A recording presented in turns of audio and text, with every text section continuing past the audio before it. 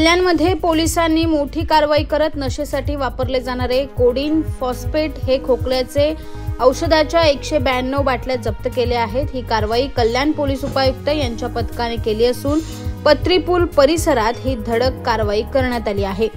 इरफान इनामदीन शेख आणि सोहेल हरून शेख या 2 आरोपींना अटक करण्यात आली आहे।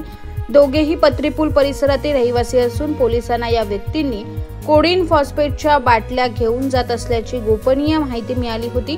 त्यानुसार पोलिसांनी सापळा रचून दोघांना अटक केली आहे। कोडीन फॉस्फेट हे खोकल्यासाठी वापरले जाणारे औषध आहे, परंतु त्यांचा नशेसाठी मोठ्या प्रमाणावर गैरवापर केला जातो। त्यामुळे या औषधावर प्रतिबंध घालण्यात आले आहे।